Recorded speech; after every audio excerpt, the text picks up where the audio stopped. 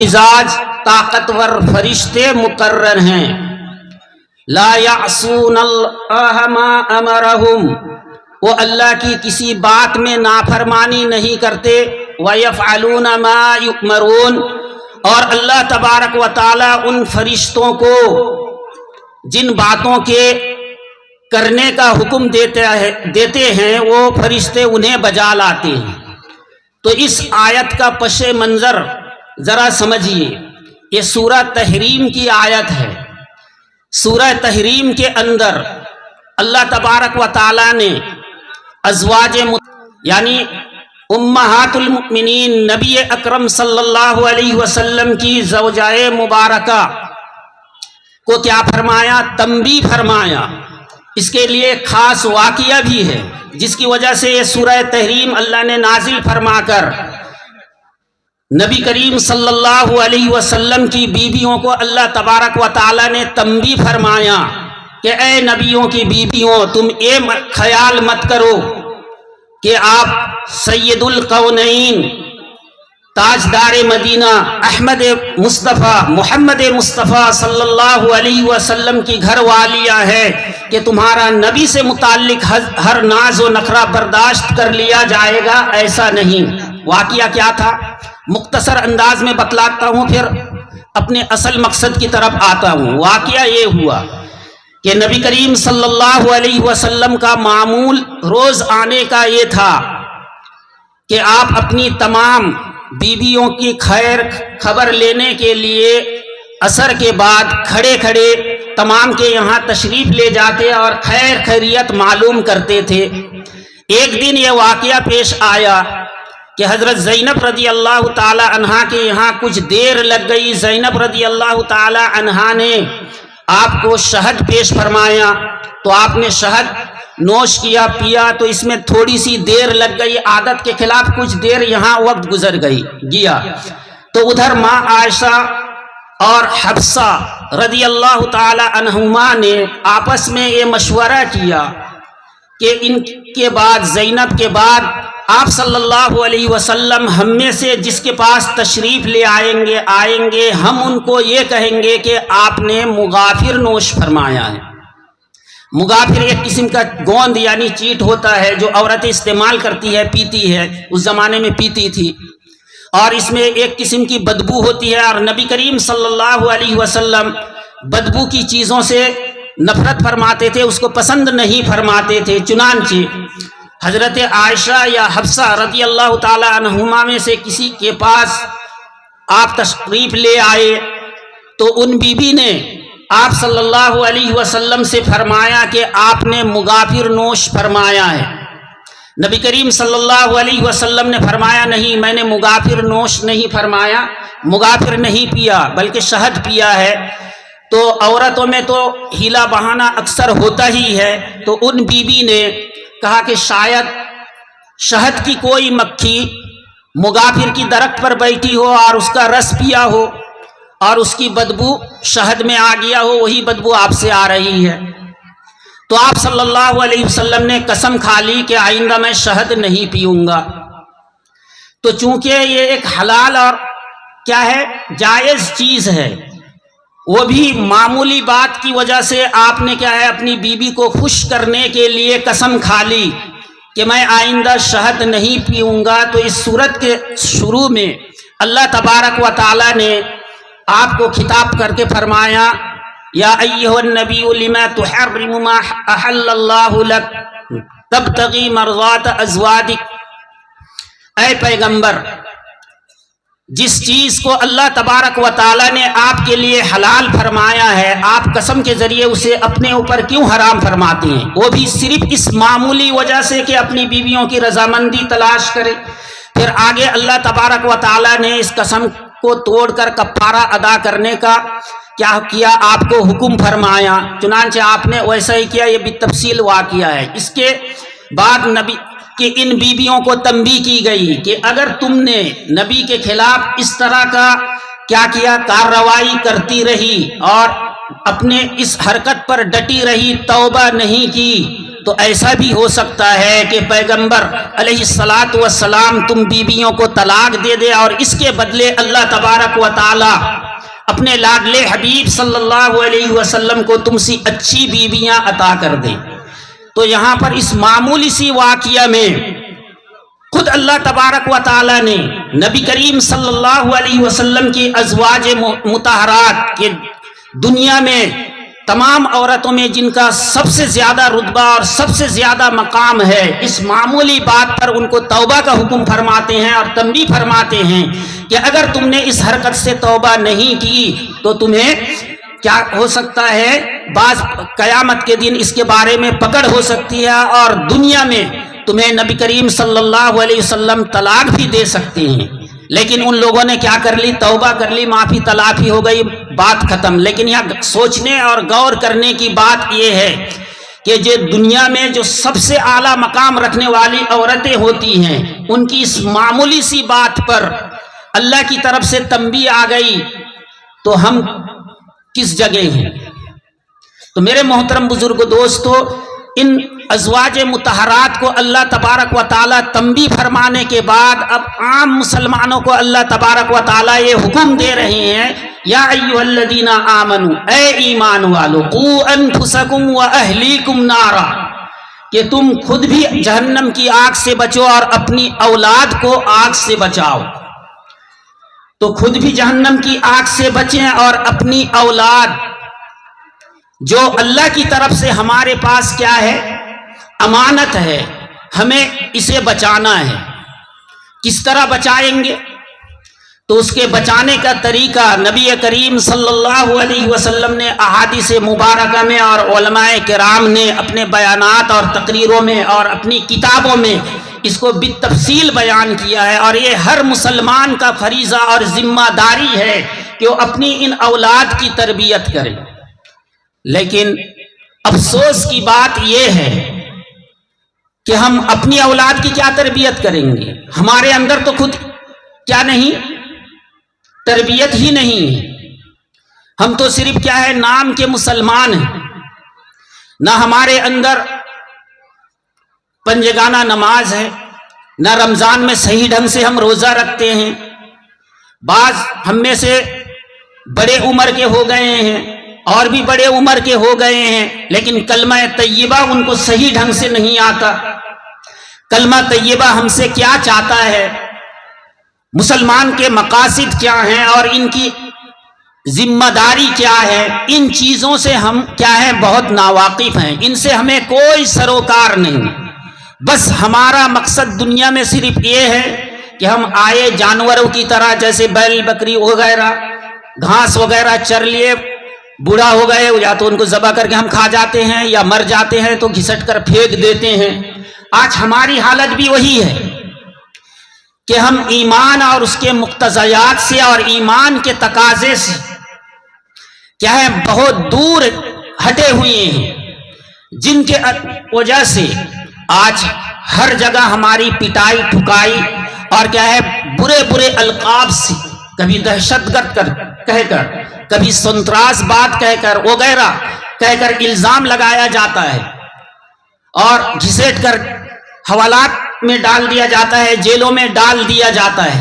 صرف کیوں؟ اس وجہ سے کہ ہم نے اپنے ایمانی تقاضے کو، جو نبی کریم صلی اللہ علیہ وسلم اور صحابہ کرام رضوان اللہ تعالی علیہم اجمعین نے اپنی بیوی بچوں کو قربان کر کے، اپنے گھر و بار کو قربان کر کے، اپنی لہوؤں کو بہا کر ہم تک پہنچایا تھا، ہم نے اس کو کیا کر دیا، ضائع کر دیا۔ اس کی طرف ہماری التفات اور توجہ نہیں ہے۔ بس ہمارا مقصد صرف یہ بنا ہوا ہے کہ ہمیں روزگار کیسے آ جائے، ہم 2 پیسہ 4 پیسہ کیسے کما لے، ہمارا مال کیسے بڑھ جائے، چاہے وہ حلال طریقے سے ہو یا حرام طریقے سے ہو، یا جائز طریقے سے ہو یا ناجائز طریقے سے ہو، بس ہمارا یہی دنیا مقصد بن چکا ہے، لیکن آخرت سے ہمیں کوئی سروکار نہیں۔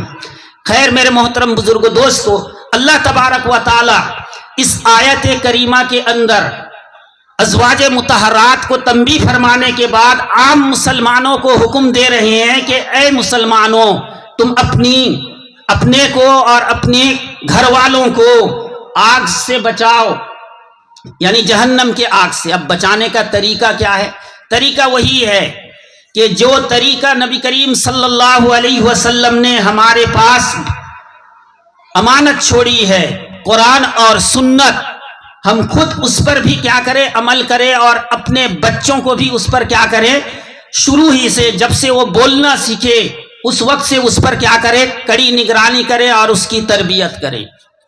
اور بچہ کے لیے، بچہ ہو یا بچی، ان کا سب سے بڑا مدرسہ، سب سے بڑا درسگاہ، سب سے بڑا کالج ماں کی گود ہوتی ہے، کہ ماں کا جو گود ہے یہ بچہ کی سب سے بڑی تعلیم گاہ ہے۔ تمام بچے یہیں سے وہ باتیں اخذ کرتے ہیں۔ اگر ماں باپ کے اندر دینی شعور، دینی سمجھ اور دینداری ہوگی تو بچے کے اندر بھی دینی سمجھ، دینداری اور کیا ہوں گی؟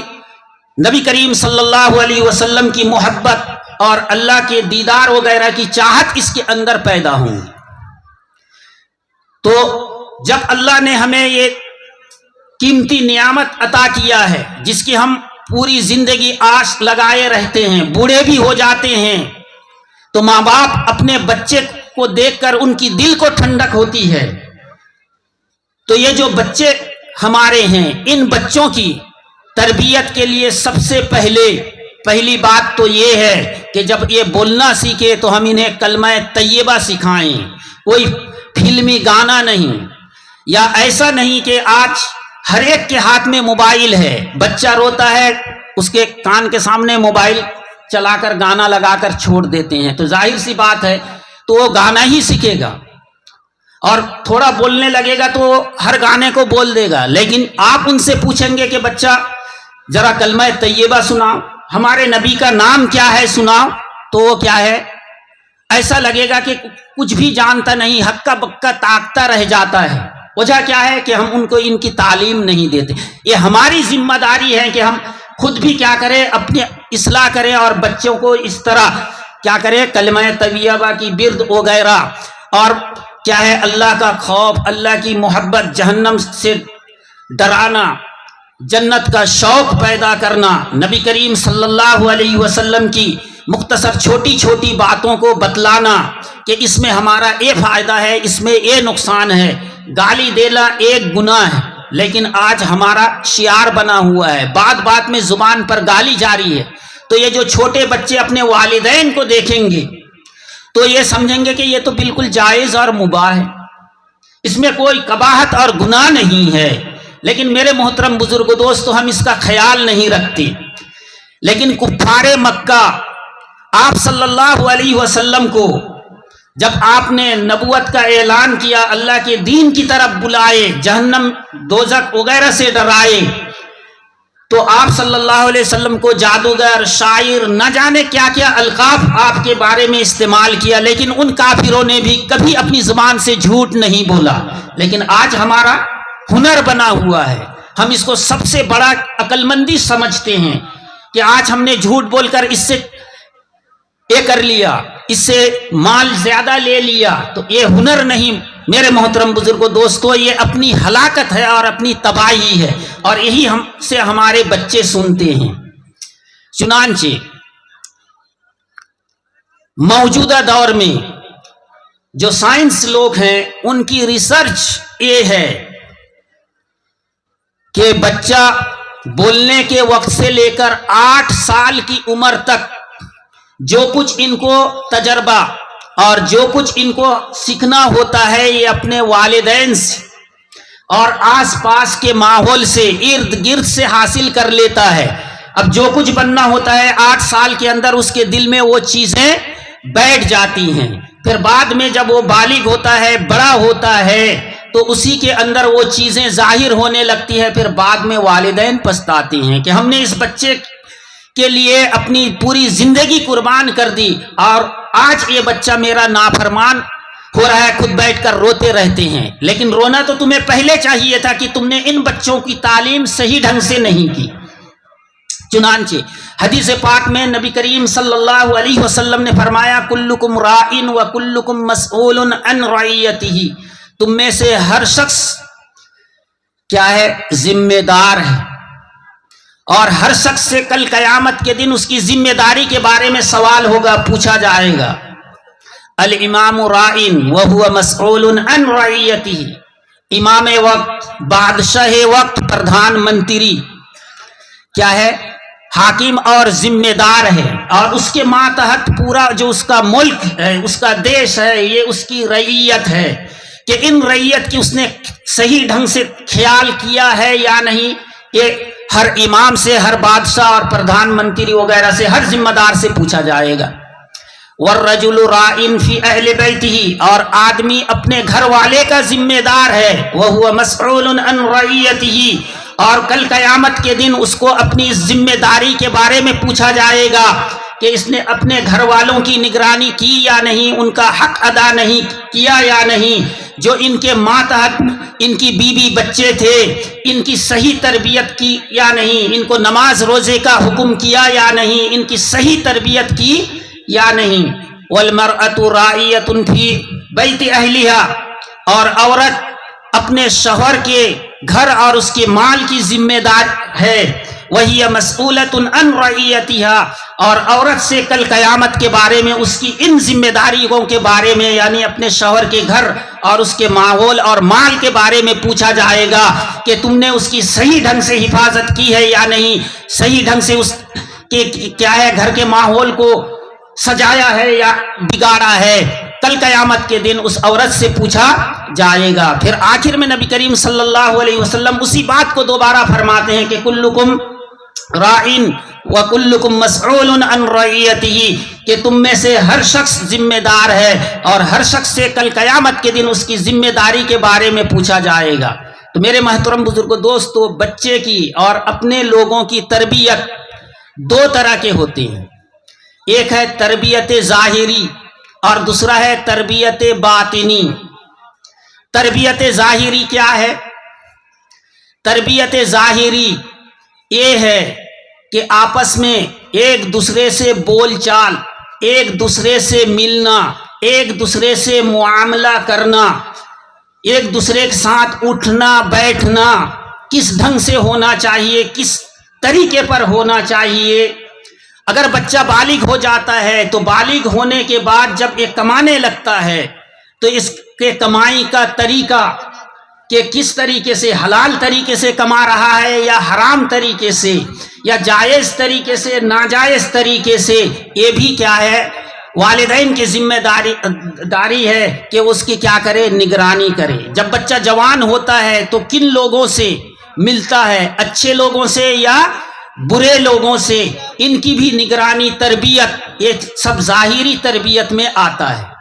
لیکن اگر آج ہم اپنے ارد گرد آس پاس اسی طرح ایک کے بعد دیگرے پورے عالم میں نظر دوڑائیں تو ہم کسی جگہ پہنچیں گے، کسی علاقے میں، کسی بستی میں یا کسی شہر میں پہنچیں گے تو ہمیں پتہ چلے گا کہ ایسے ایسے نوجوان اور ایسے ایسے بچے ہمارے سامنے آتے ہیں جن کی صحیح تربیت نہیں، نہ ان کا اسلام سے کوئی ظاہر میں تعلق سمجھ میں آتا ہے، نہ ان کا اسلام اور سنت سے کوئی ربط اور تعلق سمجھ میں آتا ہے۔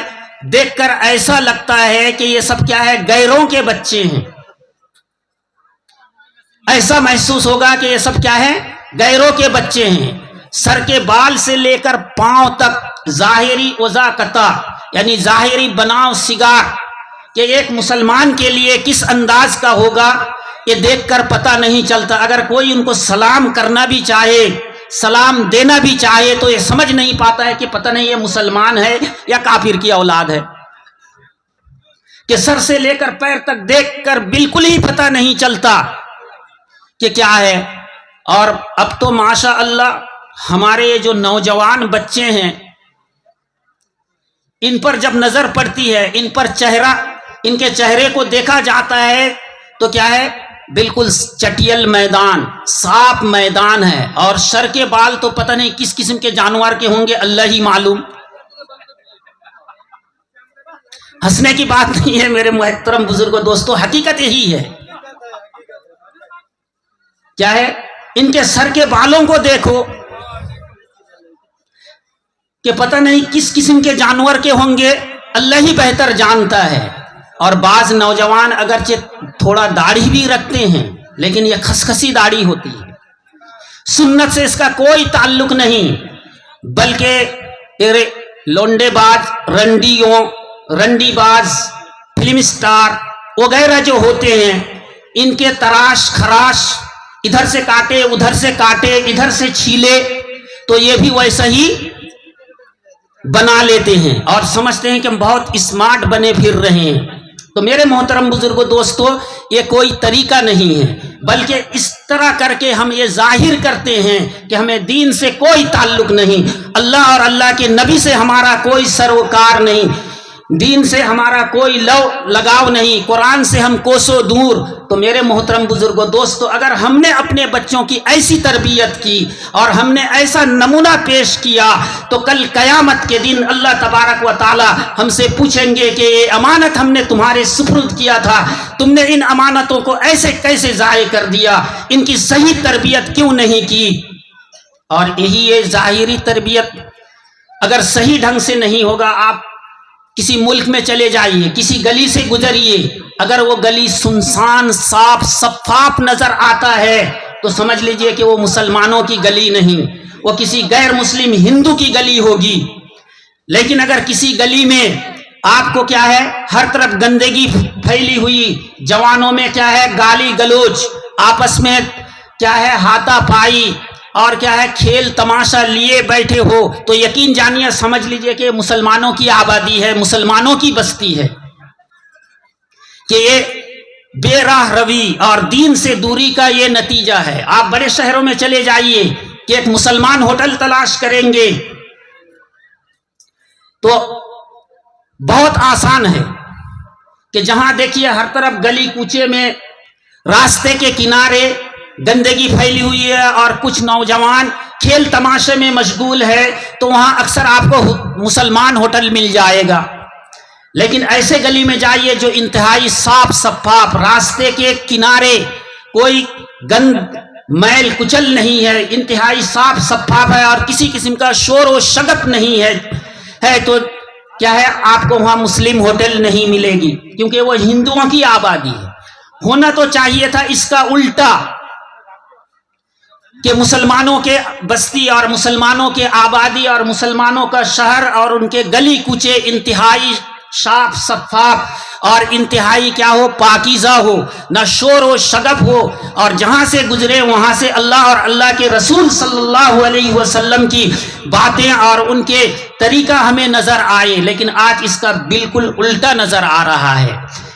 یہی وجہ ہے کہ ہم نے ان چیزوں پر نظر نہیں کی، جس کی وجہ سے ہم بھی برباد اور ہمارے آنے والی اولاد بھی اسی بربادی کے راستے پر جا رہے ہیں. اور جس کا نتیجہ آج یہ ہے کہ ہر جگہ مسلمان پریشان ہے. آج تو فلسطین کو ہر شخص ہی جانتا ہے کہ وہ کیا ہے، سب کے سب پکے ایماندار اور مسلمان ہیں. اسی طرح کہیں بھی امریکہ کو اٹھا کر لے لیجئے، وہاں سب سے زیادہ پریشان کون ہے تو ایک ہی نام آئے گا، مسلمان. چیچینیا کو لے لیجئے تو وہاں پر سب سے زیادہ پریشان اور سب سے زیادہ کیا ہے، پستی حالت میں کون ہے تو اس کا نام ہوگا مسلمان. پوری دنیا میں یہی حالت ہے کہ اگر ہم نے ان چیزوں کو اپنے اندر نہیں بدلا اور اللہ کے رسول صلی اللہ علیہ وسلم کا طریقہ اور ان کے سنت کو اپنے اندر نہیں لے آئے تو پھر یہ باطل طاقتیں، کفار و مشرکین، یہود و نصارہ جو مسلمانوں کے خلاف ایک کیا ہے، زبردست پروپگنڈا اور سازش رچے ہوئے ہیں، یہ ایک دن ہمیں اس طرح کیا کر دیں گے، ہمیں بھی برباد کریں گے اور ہمارے آنے والی اولادوں کو بھی کیا کر دیں گے، برباد کر دیں گے. یہ تو کیا ہے، ظاہری اصلاح سے متعلق باتیں ہوئی. اور باطنی اصلاح کہ ان کا صحیح عقیدہ اور کیا ہے، پاکیزہ اخلاق، عمدہ اخلاق